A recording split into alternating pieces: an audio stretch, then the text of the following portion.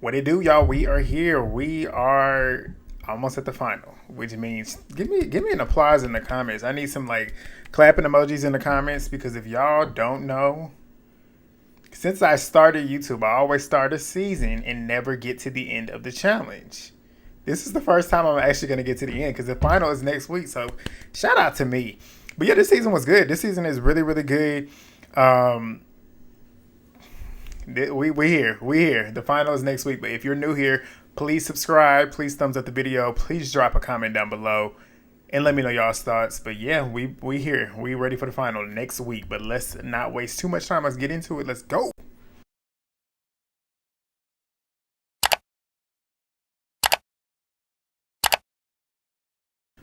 All right, so we get back as we normally do with everybody just lounging around, and we see Nicole and Melissa. They're pretty much locked in. They're getting even more and more close as the season goes on, which I think is because they're starting to rekindle that flirtationship they got going on, which obviously when it's good there, it's going to work well throughout the game. But everybody's essentially trying to figure out if it's going to be another mission or are they going to be really at the final now. And Nany's still pissed off about Melissa and Nicole taking her star. So at this point, she still wants to find a way to get her star. And Turbo is me. Turbo don't want to talk to nobody. He don't want to be around nobody. So he's literally secluded. That would be me. But we get a scene of Devin talking to Cadence. Love to see it. If y'all been watching Devin since she's been on Big Brother, like myself, you remember when Cadence was a baby. When I say a baby. And now that she's 10 years old, crazy. We're old.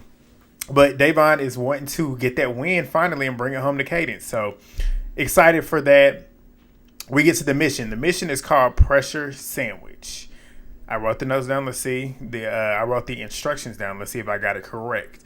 They have to hold 4 pieces together to navigate through the forest. Then they have to collect 6 more pieces. If they drop it outside of the safety zones, they have to reset, do it all over again. But the objective is to get all pieces to the solving station to solve it and finish it. And whoever does it first wins. The only thing I really want to talk about with this was Shane. Shane was pissing me off. If y'all don't already know, I was not a fan of Shane. Still am not really a fan of Shane. If you want to keep it real, the type of person he is just don't resonate with me. But his entertainment this season has been good. Not this, though. Who are you yelling at? Yelling at Devin, talking to her crazy? Absolutely not. Absolutely not. Y'all know I don't play about her. I don't play about her. But you, as a man, talking to women like that, that's not okay. So, no. But he was doing that. She was doing her best. Because as we all know, Devin is saved. And I'm going to tell you that now. She is saved. We know. If you know what she's talking about, you know what she's talking about. But Devin back in the day would have cussed his ass out. And he better be lucky that Devin is in this new journey in her life because she would have normally cussed him out. But Frank and Sam, they eventually end up winning. They've gotten more and more close as the season has gone on as well. Frank said initially he did not trust Sam coming into the house earlier in the game, but he's excited now to work with her. And I can think where I think him not trusting her was not really knowing if she was going to be able to do these missions. Just looking at her physically, it's just like, do you think she's going to be able to do this? So I can see where his apprehension was. But Sam has literally proven, like, no, I can get this shit done. Like, size don't really mean nothing if you really got it. Like, if you got endurance, you can do it. And Sam has powered through, so shout out to her. But Shane, he's tweaking out now when they're waiting on TJ to give them the results or whatever, or tell them what else to do. And he's tweaking out, and Adam being Adam, shout out to Adam, who always shows love in the comments.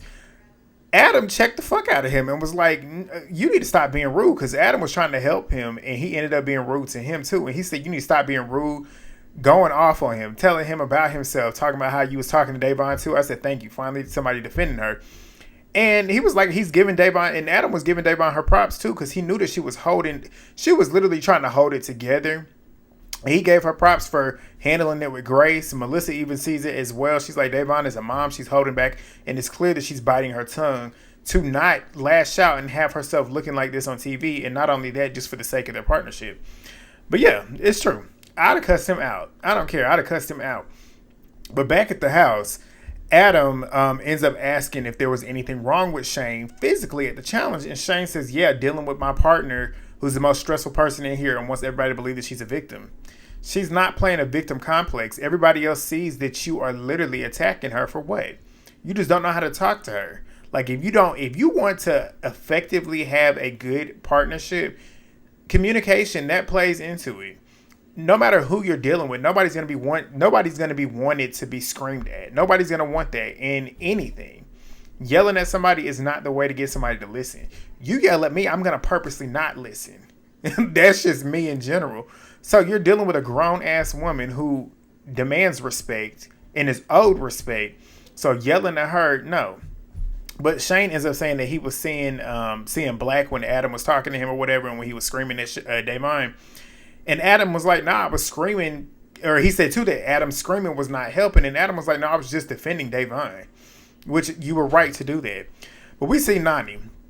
She's telling the house, essentially, everybody essentially is in there telling them that she and Turbo want to get a chance to at least get a star. Like, let us get in the elimination and at least just give us a chance to at least try and get the star. Basically stating, like, just give us the opportunity to control our fate. If we get in the elimination and we lose, that's on us, but just give us that opportunity to do it. But she's concerned that the house could end up blocking them from even getting that opportunity. If it was me, I probably would try to block them. But we get them going out on the town as normal. They go out to the bar. And Nany's still campaigning. She's campaigning to Frank, trying to get back in that elimination, like I just said. You got Turbo still isolating himself. But Adam is talking to Shane about how well he and Steve have worked together. And even though he hasn't gotten his apology yet for Steve taking his star in All-Stars 4 before the final. Adam, I see why you want that apology, but if I was Steve, you wouldn't get it from me. Because we playing a game. If you are a beast in this game and you're in my way and I have the opportunity to hinder you, I'm going to do it. I'm sorry. I wouldn't be apologizing either. But Adam goes over to Steve and asks for his apology, and Steve is like, I'm not giving you the apology because I'm not sorry. That's basically what he was doing. And Steve, in a roundabout way, says, like, an apology basically means, like, you would take back what you did. And basically he's saying, I don't take back what I did. I did what I did for a reason. I agree with that. I would have been the same way. But he ends up telling him that he felt like he had no choice but to take his star, which, hey, he's standing on it. You can't do nothing but respect it. But Devin and Frank are sitting down having a conversation in front of Shane, which is hilarious. And she's like, my partner thinks that being a villain at his big age is still cool. And I just don't agree with that. I don't like that.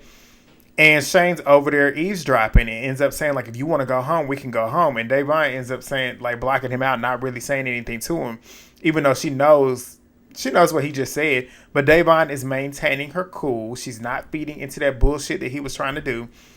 And that's what she should do. But she said in her confessionals, too, like, if she cracks and lets him have it the way we know that she can, they're ruined. Like, they won't be able to run the final. And she knows that she essentially has to just shut up to get to the end. Devin, it worked. But Shane, he ends up walking off with production crashing out, lying, talking about he ain't never yelled at Devin, he ain't never been mean to her, and they showed the flashback of all the times, especially most recently, from the day before, I think it was either the day before or the day of, where he was talking crazy to her in that damn mission. And he's sitting there telling the producers essentially he's ready to go, he's ready to quit. But the next day, we see him packing his shit. He was literally about to go home. But he eventually goes to Devin to kind of sit down and talk it out. He apologizes, even though that was short-lived because of what he said in that damn preview for next week. But he ends up apologizing, says that he lacks the effective communication skills. And Devin's like, yeah, I know that. Like, we have to figure out a way for you to realize that people that are actually working towards you, you don't need to talk to people like that. She says, I don't know how much longer I can sit here and bite my tongue with you. Because with him lashing out at people who's trying to help him, like, what is the purpose in that? Like, I agree with her completely. Not just because that's my girl. Like, I'm biased to Devin. But she's right. Like, if you are frustrated, you can be frustrated, but you need to learn how to effectively and respectfully communicate with your partner. Because if it was me and he was talking to me like that, we're not going to win. I hate losing, but if you're going to talk to me like that, I'm going to make sure that you lose. That's just me. But Shane, he says eventually, like, he wants to be her friend. Like, he's trying to resolve the conflicts and whatever.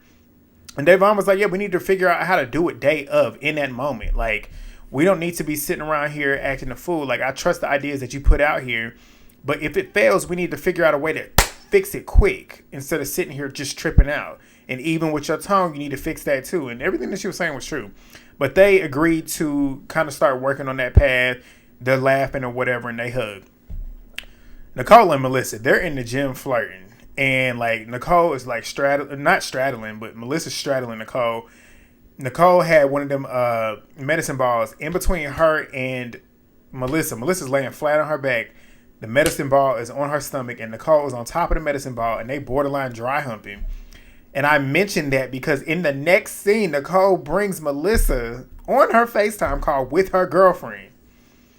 Nicole ain't ever going to be faithful. Every time she comes on a show, she has a girlfriend at home, but she never does anything that would be acceptable knowing that you have a relationship back at home. Flirting with Melissa, borderline dry humping, basically hunching. And then she's sitting there showing me, I said, the audacity of you. But the house vote. We get to the house vote. Nany's pretty much pleading the case. Pretty much says, like, we just want to get in the elimination. Have the opportunity to fight for a star. Nany and Turbo, they vote themselves in. And unanimously, everybody else voted them in as well. Nobody's going to argue about it. So they're going into the jungle. Sam and Frank, they now have to choose on who to send in against Nany and Turbo. You got Devin and Shane. You got Melissa and Nicole. And you got Steve and Adam. Me personally, it's not even a question. Steve and Adam, you're going in. Like I said, we are at the final. Somebody got to go home. And if we're looking at all of the teams here, you got Nany and Turbo in the elimination. They're a threat. You got Shane and Devin. You got Melissa and Nicole. And you got Steve and Adam, who done sent everybody out that they've been in the elimination with. And have won missions. Out of the three options you have, who's the strongest one? Steve and Adam. Throw their ass in that elimination and hope that I would hope that Steve and Adam goes home. But regardless, you're cutting a team that's a beast and a potential threat. Turbo has won finals. Nany attached with Turbo is a different Nany. Nany is a better player when she's with Turbo, so I don't want that in here. Steve and Adam, like I just said, flinging everybody up out of here and doing well in missions, they got to go. You got Shane and Devin. Shane, if I'm remembering correctly, I don't think he's ever been in the final. Devin hasn't been in the final yet either. Nicole and Melissa have not won finals that they've been in. So why would I not keep them around with hopes that they won't do well? But Sam and Frank, they're having to choose. Frank made a deal. Like I said, they already made the deal with Adam and Steve a couple weeks ago. So it's depending on whether Frank wants to keep that deal or renege. I would renege. But Turbo wants to get Nany her first win. Obviously, he's already won, but he wants to get her her first win.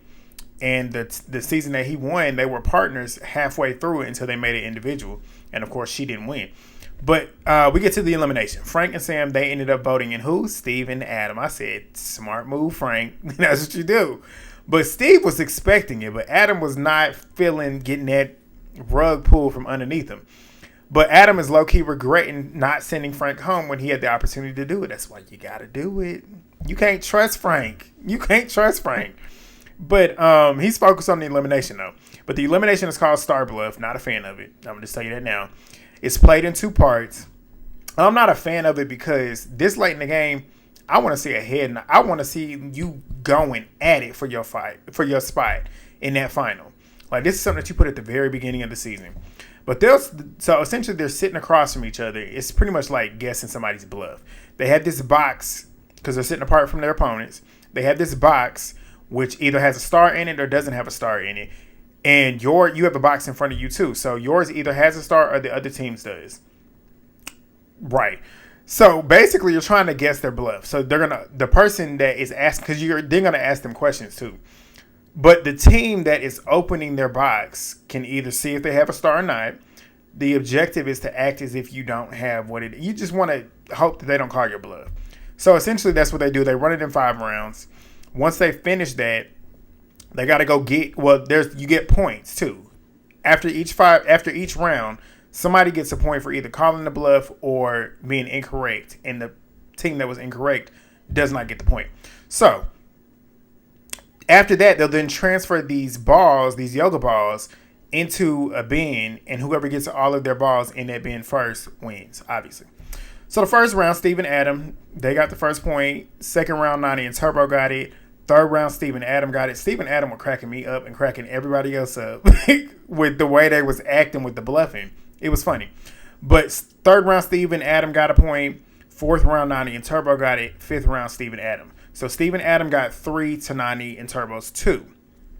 Also, forgot to mention, those points they're going to come to your advantage because so if you got 3 points, you get 3 balls that are automatically in the bin, where Nany and Turbo get 2 that are automatically. So they start transferring the balls over.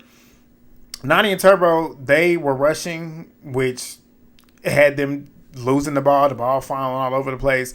But Steve and Adam essentially won. No shock there. We already knew. Steve and Adam are, 5 for 5 in eliminations this season.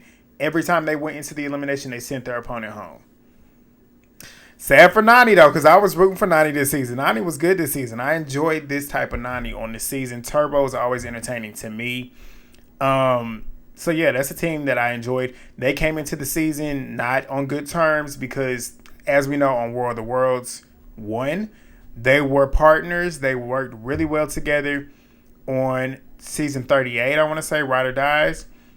That's when they started to, and now they're back on good terms. So, good for them. But the final is next week. Devin made it to the final. Devin, her track record on the challenge is A1. First season, I think she went home like mid-season. That's the only time she had gotten eliminated. Because on War of the Worlds 1, she was flinging everybody out and got purged out. And then now she here in the final. Didn't even see an elimination this season. I'm proud of Devin. But Steve and Adam, I feel like Steve and Adam going to win. If I can guess, I see Steve and Adam winning. Shane and Devin and Frank and Sam, that's interchangeable for second and third. Melissa and Nicole, I just don't see them winning the final. I don't see them beating anybody because it comes to mental and physical, and I feel like the mental is going to get to them. But we'll see if I'm right. But y'all let me know what y'all think down below in the comments. Subscribe if you are new. Thumbs up the video if you haven't already. And I'll see y'all next week for the last episode. I made it.